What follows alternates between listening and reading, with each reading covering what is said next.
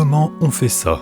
Commençons par les cailloux. Va dans Edit, Préférences, Add-on, Recherche extra et active Add Mesh Extra Objects. Maintenant, en faisant Shift A, Mesh, tu as de nouvelles formes géométriques et tu as Rock Generator. Sélectionne Rock Generator. Dans les options, tu peux modifier quelques valeurs pour changer l'aspect de ton caillou. Crée un premier caillou, ensuite un deuxième, un troisième et même un quatrième si tu en as envie, ou tu peux directement en créer plusieurs en tapant le nombre ici. Tu peux tous les laisser les uns dans les autres au centre de la scène ou les séparer et les mettre n'importe où, on s'en fout. Vérifie juste que tous tes cailloux sont dans la même collection. Moi je vais l'appeler caillasse. Tu peux ensuite la masquer, on n'y touchera plus. Maintenant qu'on a les cailloux, faisons un terrain. Retourne dans Edit, Préférences, Add-on et cherche Landscape pour activer le plugin Add Mesh ANT Landscape. Maintenant, en faisant Shift A Mesh, tu peux créer des paysages super facilement. Sélectionne Landscape, modifie les valeurs en cliquant en bas à gauche pour obtenir un terrain qui te semble correct, redimensionne-le, change la hauteur, bref, fais ce que tu veux. Note juste que une fois que tu auras généré ton terrain, tu ne pourras plus le modifier, en tout cas pas aussi facilement. Quand ça te convient, fais une copie de ton terrain avec Shift D ou CTRL-C, CTRL-V, laisse-les l'un par-dessus l'autre, vérifie qu'ils sont dans une collection à part, il ne faut pas qu'ils soient dans la collection où on a placé nos pierres, et sélectionne-en un des deux.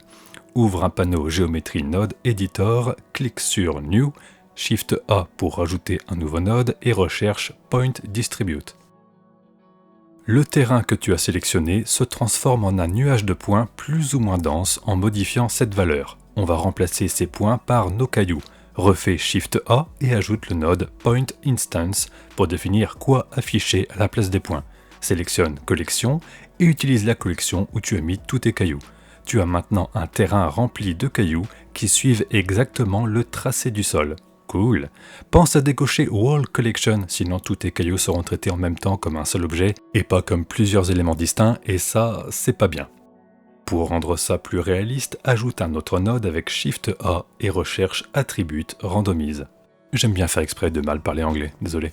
Dans le champ Attribut, tape Scale, ou Scale, je sais pas du coup, et ça va modifier l'échelle de tes cailloux aléatoirement. Définis une taille minimum et une taille maximum. Bravo, tes cailloux sont tous différents. Dans le node Point Distribute, sélectionne Poison Disk à la place de Random et définis une distance minimum et maximum qui séparera chacun de tes cailloux pour éviter qu'ils rentrent les uns dans les autres. Et voilà, pour terminer, tu peux rajouter un autre node Attribute Random, cette fois pas pour l'échelle, mais pour la rotation. En plus d'avoir des cailloux plus petits ou plus gros, ils ne seront pas toujours positionnés dans le même sens. Dans l'attribut, ajoute Rotation et définis une valeur maximum sur un ou deux axes. Et voilà, normalement, tu as une collection qui regroupe différents cailloux. Tu peux en rajouter dedans par la suite, il n'y a pas de problème. Et deux terrains, le premier qui est le terrain de base et le second qui a été transformé en pierre. Plus qu'à mettre des textures, et voilà un super terrain généré aléatoirement. Si tu veux télécharger le fichier original pour jouer avec, je t'ai mis un lien dans la description. Par contre, il n'y aura pas les textures, désolé, j'ai pas le droit de les partager, j'ai pas la licence pour ça. Bisous.